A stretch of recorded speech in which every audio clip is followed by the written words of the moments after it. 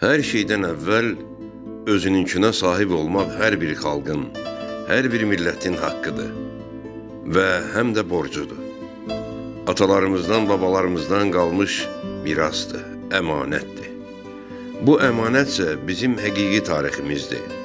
Tarix isə yaddaşdır, daş kitabələrdir, yazılı səlnamələrdir, maddi və mənəvi mədəniyyət abidələridir. Bu da öz növbəsində ayrı-ayrı yaşayış məntəqələrinə bağlı qədim və müasir tikililər, millətin soy şəcərəsi, toponimləridir.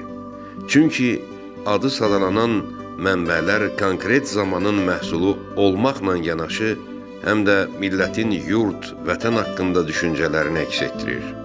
Tariximizə sahib çıxmaq borcumuzdur.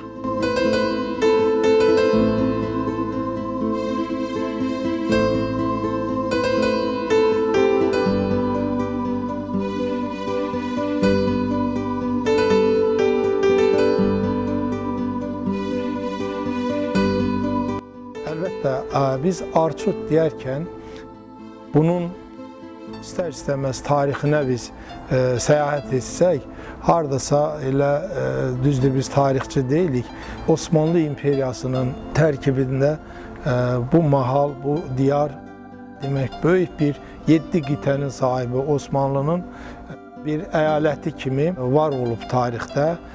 Bizlər də ora zaten 7 babalarımız axtaranda ailə səcərəsini, demək, kəndin tarixini və s. istinadlı mənbələrə baxanda kəndin elə tarixi gedir hardasa 15-ci, 16-cı əsrlərə qədər çıxır. Bugün bizi bir araya toplayan səbəb nəsildən nəsilə ötürülən varislik hissləri olmaqla bərabər eyni acıyı, həsrəti paylaşmaqdır. Arçut kəndimiz Qərbi Azərbaycan, indiki Ermənistan Respublikasının şimal hissəsində yerləşir. Bazum dağlarının cənub-şərq hissəsində, cənubdan Sarabqoşalı kəndi ilə, şərqdən Xancıqaz kəndi ilə sərhəddir. Rayonda Arçut kəndi ən böyük kəndi olub, məktəbinə görə, təhsilinə görə, ümumi ictimai durumuna görə çox fərqlənmiş bir kənd idi. Tarixinə baxanda çox qədim tarixi var.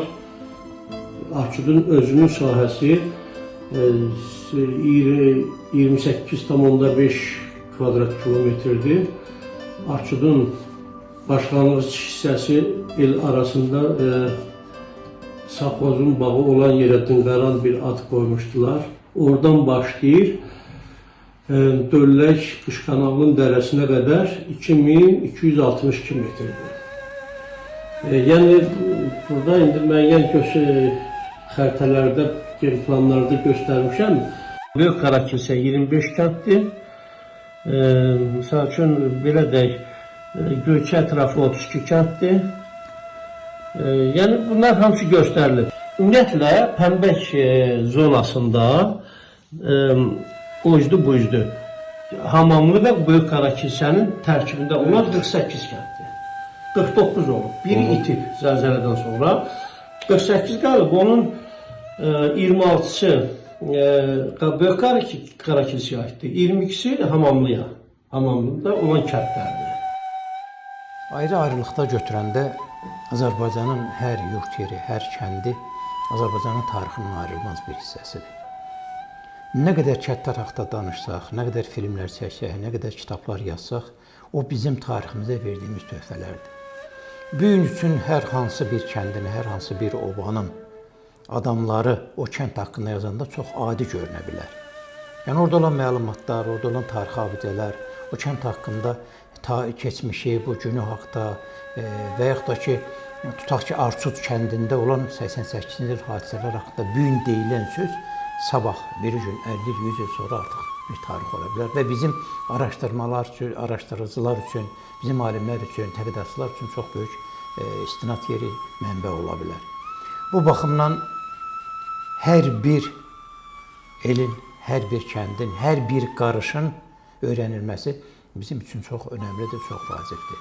O cümlədən Qərbi Azərbaycan ellərinin. Bilirsiniz, itirilmiş yer haqqında, itirilmiş yurt haqqında söz demək həm biraz çətindir, həm belə deyək, göynərtilərlə yaşamaq olursan, həm də artıq o torpaq sənin ərazində olmadığına görə o ərazilərdən materialları gətirmək də çətindir.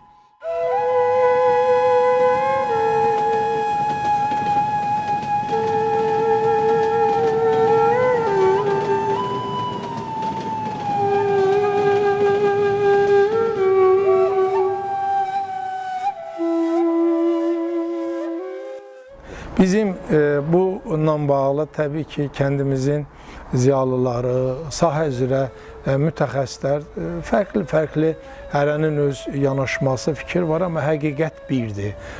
Məntiqə əsaslanmalı, demək, tarix əsaslanmalı. Bugün biz əksəriyyətimiz folklora, şifahi xalq ədəbiyyatına və babalarımızın bir-birinə, nəsildən nəsilə irsi, demək, bizim tarixin irsi keçiciliyi ilə gəlib yazılı bir formada informasiyanın da bugün inkişaf etdiyi bir devirdə artıq çox mənbəli, çox geniş məlumatlar ortaya çıxmışdır. İstər uşaqlıq illərində, istər ondan sonraki dövrlərdə kəndimizin tarixindən, mədəniyyətindən, kənd cəmaatının məşğuliyyətindən dərindən maraqlanmışam.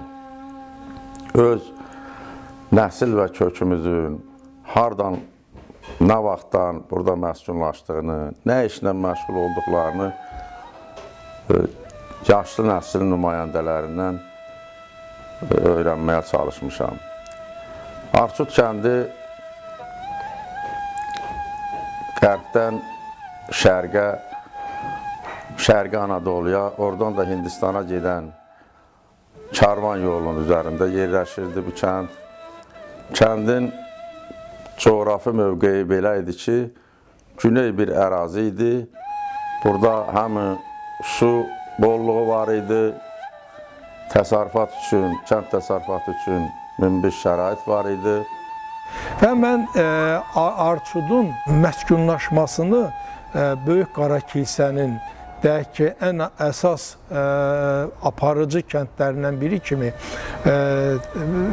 belə götürəndə ki, əsasən devrinə uyğun olaraq əkinçilik, maldarlıq, heyvandarlıqla ki, babalarımız məşğul olub, o zaman hər zaman verimli torpaq, məhsuldar torpaq, çay qırağının olması, örüşün, otlaq sahəsinin, dağın, yaylağın, bunlar da Arçutda demək olar ki, hamısı var idi. Yəni yayda yaylağa gedirdilər, qışda inirdilər aşağı, qışlağa, iqlimə görə, reliefə görə, bunların hamısı faktorlardır.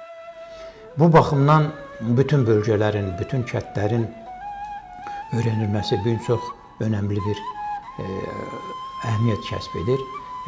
Bayaq dedim ki, bu hər şeydən qabaq itirilmiş yurtlar üçün daha çox lazımdır. Və həm də o yurtların öyrənilməsi, o ərazilərin kimə mənsub olduğunu indiki zamanda erməni diasporunun, onları tərəfini saxlayanların zamanında bu daha önəmli, daha vacib olan şərtlərdən biridir.